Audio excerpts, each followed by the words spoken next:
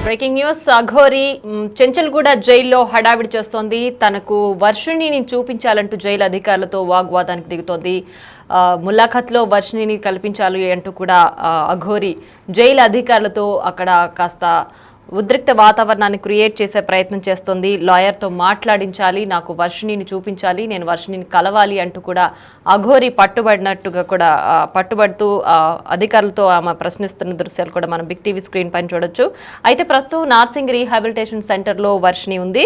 వర్షిణికి ఇప్పటికే సిబ్బంది కూడా కౌన్సిలింగ్ ఇస్తున్నారు. ఆవిడ మానసిక స్థితి సరిగ్గా లేదని తల్లిదండ్రులు ఆవేదన చెందుతున్న నేపథ్యంలో వర్షిణిని రీహాబిలిటేషన్ సెంటర్కి పంపించారు. అక్కడ ఉన్నటువంటి సిబ్బంది ఆమె కౌన్సిలింగ్ ఇస్తూ ఆమె నార్మల్ అయ్యే స్థితికి తీసుకొచ్చే ప్రయత్నం చేస్తున్నారు. అయితే ఇప్పటికే అఘోరి 14 రోజుల రిమాండ్లో ఉన్నారు. వర్షిణిని చూపించాలి, వర్షిణితోనే మాట్లాడాలి, ములాఖత్లో నాకు వర్షిణితో ములాఖత్ చేయించాలి అంటూ కూడా జైలు అధికారులతో అఘోరి వాగ్వాదానికి దిగుతుంది. ప్రస్తుతం దీనికి సంబంధించి పూర్తి డీటెయిల్స్ అందించడానికి మా ప్రతినిధి గౌతమి సిద్ధంగా ఉన్నారు. గౌతమి, చెప్పండి. అయితే అఘోరి జైల్లో అధికారులతో వాగ్వాదానికి దిగుతుంది. వర్షిణిని చూపించాలి, తన్ని కలవాలి అంటూ కూడా చెప్పడం చూస్తుంది. ఇదంతా చేస్తుందంటూ కూడా చెప్తున్నారు. ఏంటి అసలు ప్రస్తుతం అఘోరి పరిస్థితి ఏంటి? పోలీసులు ఏమంటున్నారు?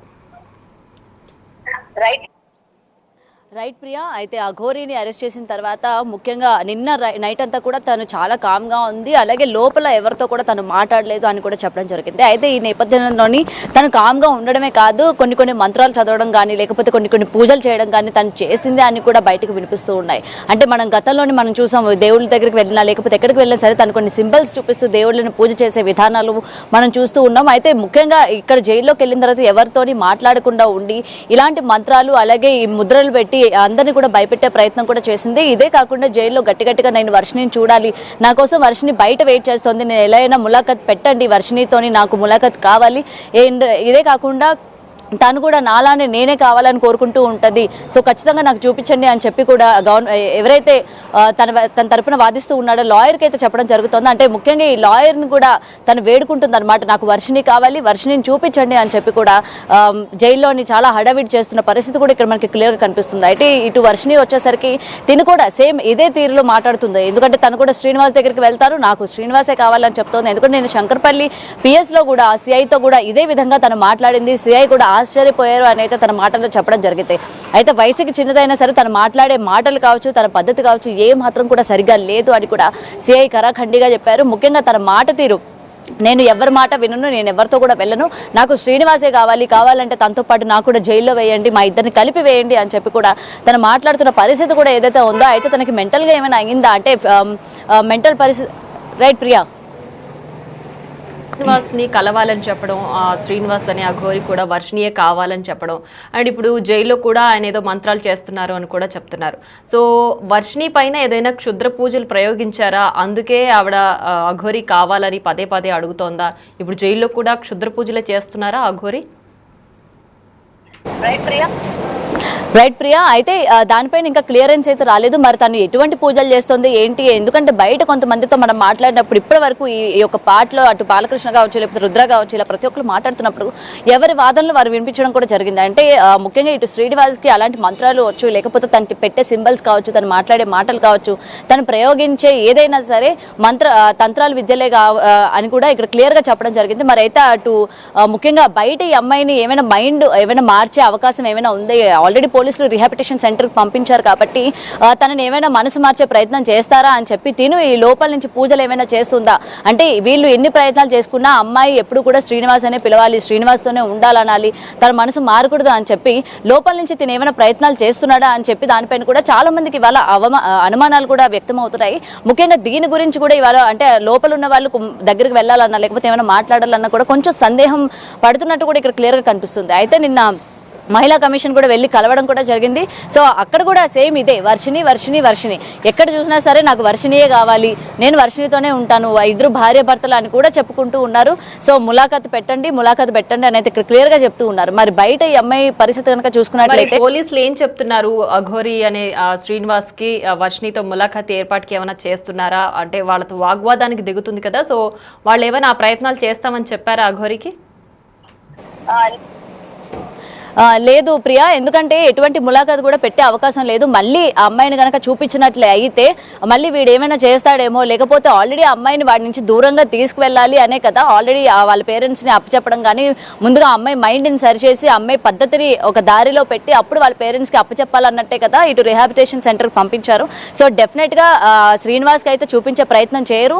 ఎందుకంటే మొత్తం కూడా జరిగింది శ్రీనివాస్ వల్లనే కాబట్టి వాళ్ళ అమ్మాయి ప్రవర్తించిన తీరు కాబట్టి వాడే కావాలి అని చెప్పి తన దగ్గరికి వెళ్ళిపోవడం కావచ్చు, ఇన్ని రోజులు తనతో ఉండడం కావచ్చు, ఇదంతా కూడా అమ్మాయిని ట్రాప్ చేసి ఆ అమ్మాయిని కావాలని తీసుకుపోయాడు అని చెప్పి జరుగుతున్నప్పుడు ఇటు తిను ములాఖత్ కావాలి లేకపోతే వర్షని చూపించండి అంటే ఏ మాత్రం కూడా చూపించే ప్రయత్నం చేయరు పోలీసులు. ఎందుకంటే పోలీసుల అండర్లో ఆ అమ్మాయి ఉంది. మరోసారి కనుక చూపిస్తే ఈ అమ్మాయి ఇంకా బలపడే అవకాశాలు ఉన్నాయి. ఎందుకంటే ఇంకొకసారి కనుక చూపిస్తే అక్కడి నుంచి వచ్చే ప్రయత్నం కూడా చేయదు. ఇంకా అక్కడ చాలా వాగ్వాదానికి దిగే అవకాశాలు కూడా ఉన్నాయి. కాబట్టి ఎట్టి పరిస్థితుల్లో కూడా వర్షిణిని పోలీస్ స్టేషన్కి తీసుకెళ్లరు. కేవలం రిహాబిలిటేషన్ సెంటర్లోనే 15 రోజుల పాటు తన అబ్జర్వేషన్లో ఉంచి తన మైండ్ సెట్ అది క్లియర్ చేసి కౌన్సిలింగ్ ఇచ్చి తర్వాత వాళ్ళ పేరెంట్స్ ఇంటికి విజయవాడ పంపించే అవకాశాలు ఉన్నాయి. వాళ్ళ పేరెంట్స్కి అప్పచెప్తామని అయితే పోలీసులు చెప్పడం జరిగింది. సో ఎట్టి పరిస్థితుల్లో కూడా ఇటు శ్రీనివాస్ ఎంత మొరపెట్టుకున్నా నాకు సహాయం చేయండి, వర్షిణి కావాలి, మేము ఇద్దరం కూడా అమర ప్రేమికులు, మాకు చూపించండి అని చెప్పి ఎంత మొరపెట్టుకున్నా సరే ఏ మాత్రం కూడా వర్షిణి తీసుకెళ్లే పరిస్థితి లేదు. చూపించే ప్రయత్నం కూడా అస్సలు చేయరు. ఇప్పుడు వర్షిణి తల్లిదండ్రులు ఏం చెప్తున్నారు ఈ మొత్తం వ్యవహారంలో? అటు అఘోరి కావచ్చు, వర్షిణి కావాలంటున్నారు, వర్షిణి కూడా అఘోరి కావాలని చెప్తున్నారు. సో వర్షిణి తల్లిదండ్రులు ఏం చెప్తున్నారు? తను కోలుకునే స్థితి కనిపిస్తుంది, రీహాబ్లో తను కోలుకుంటుంది అనే ఆశాభావం ఏమైనా వ్యక్తం చేస్తున్నారా? రైట్, నిన్న కూడా పిఎస్లోని పోలీసులను అదే వేడుకోవడం జరిగింది. మా అమ్మాయిని మాతోనైతే పంపించొద్దు, ఎందుకంటే గతంలో అలాగే పంపిస్తే, ఎందుకంటే గుజరాత్ నుంచి పంపించినప్పుడు అలానే వాళ్ళ అమ్మాయి వాళ్ళని మబ్బి పెట్టి పారిపోయిన పరిస్థితి ఉంది కాబట్టి ఈసారి అలా పంపించొద్దు, మొత్తం కూడా అమ్మాయికి ట్రీట్మెంట్ ఇచ్చి క్లియర్ అయిన తర్వాత మీరు మాకు అప్పచెప్పండి, మేము పర్వాలేదు అని చెప్పి కూడా వాళ్ళైతే చెప్పడం జరిగింది. నిన్న వాళ్ళు ఆంధ్ర వెళ్ళిపోతామని కూడా చెప్పడం జరిగింది. సో వాళ్ళు ఏంటంటే ఇటు శ్రీనివాస్ ఎలా అయినా సరే తనకి తగిన శిక్ష పడాలి, అటు కుటుంబ సభ్యులకు కానీ ఇందులోని ఇన్వాల్వ్ చేయొద్దు అని కూడా చెప్తూ ఉన్నారు. ఎందుకంటే వాళ్ళకి సంబంధం లేదు అంటున్నారు. అటు శ్రీనివాస్ కుటుంబ సభ్యులు కూడా వాడు ఎలా పోతే పోనీ, మాకు అవసరమే లేదు, వాడిని జైల్లో పెట్టినా సరే మాకు అవసరం లేదు అని చెప్పి కూడా అటు వాళ్ళ అమ్మ నాన్న కూడా మాట్లాడిన పరిస్థితులు కూడా ఉంటాయి. సో ఏదైనా సరే మొత్తం కూడా ఒకవైపు అయిపోయిందే అని కూడా చెప్పుకోవచ్చు. ఎందుకంటే శ్రీనివాస్ చేసిన అక్రమాలు కావచ్చు, లేకపోతే ఇలా అమ్మాయిని తీసుకెళ్లడం కావచ్చు, ఇవాళ ఎవరు కూడా శ్రీనివాస్ వైపు మాట్లాడే పరిస్థితి కూడా కనిపించట్లేదు. అండ్ ఇటు ముఖ్యంగా వర్షిణి కూడా అటు పేరెంట్స్ దగ్గర వెళ్ళడానికి కూడా ఇంట్రెస్ట్ చూపించట్లేదు.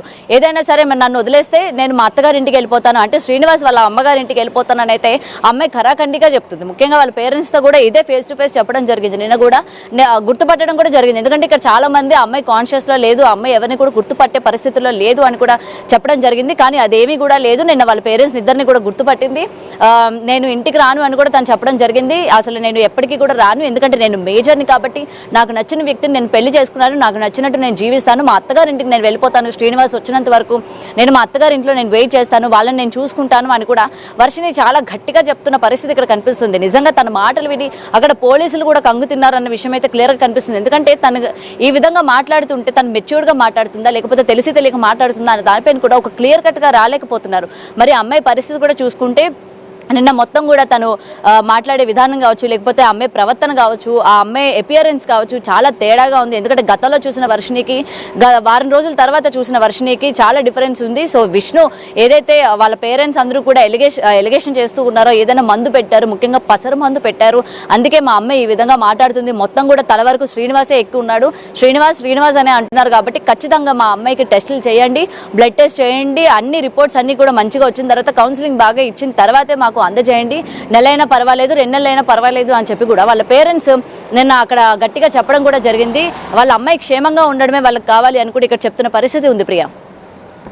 ఇంకా వర్షిణి అఘోరిని కలవాలంటూ, అలాగే అఘోరి కూడా వర్షిణిని కలవాలంటూ కూడా పోలీసులతో అఘోరి వాగ్వాదానికి దిగుతున్నారు. ప్రస్తుతం 14 రోజుల పాటు రిమాండ్లో ఉన్నారు అఘోరి. సో ఈ నేపథ్యంలోనే నేను వర్షిణిని చూడాలి, వర్షిణిని కలవాలి, ములాఖత్ ఏర్పాటు చేయండి, నాకు వర్షిణి కావాలి, మేమిద్దరం పెళ్లి చేసుకున్నామంటూ కూడా పోలీసులతో అఘోరి వాగ్వాదానికి దిగుతున్నారు. అలాగే వర్షిణి కూడా రీహాబిలిటేషన్ సెంటర్లో ట్రీట్మెంట్ తీసుకుంటోంది. తన మానసిక స్థితి సరిగ్గా లేదని తల్లిదండ్రులు చెప్తున్న నేపథ్యంలో తన అక్కడ ట్రీట్మెంట్ తీసుకుంటుంది. పూర్తిగా కోలుకున్న తర్వాతనే తల్లిదండ్రులకు అప్పగించాలంటూ కూడా తల్లిదండ్రులు చెప్తున్నారు. సో తన మానసిక స్థితి సరిగా లేదు, తనకి ఏవో పసరు మందులు పెట్టారు, లేదంటే తన పైన ఏదో ప్రయోగించారు, అందువల్లే తను అఘోరి కావాలి, ఆ శ్రీనివాస్ కావాలి అని చెప్తుంది అని తల్లిదండ్రులు ఆరోపిస్తున్నారు. సో మొత్తం కూడా క్లియర్గా టెస్ట్లన్నీ చేసి తనకి ట్రీట్మెంట్ అయ్యి తన మానసిక స్థితి అంత కరెక్ట్గా ఉన్న తర్వాతే తల్లిదండ్రులకి అప్పగించాలని చెప్పి కూడా వాళ్ళు వేడుకుంటున్నారు. ప్రస్తుతం అయితే శ్రీనివాస్ చీటింగ్ కేసులో 14 రోజుల పాటు రిమాండ్లో ఉన్నారు.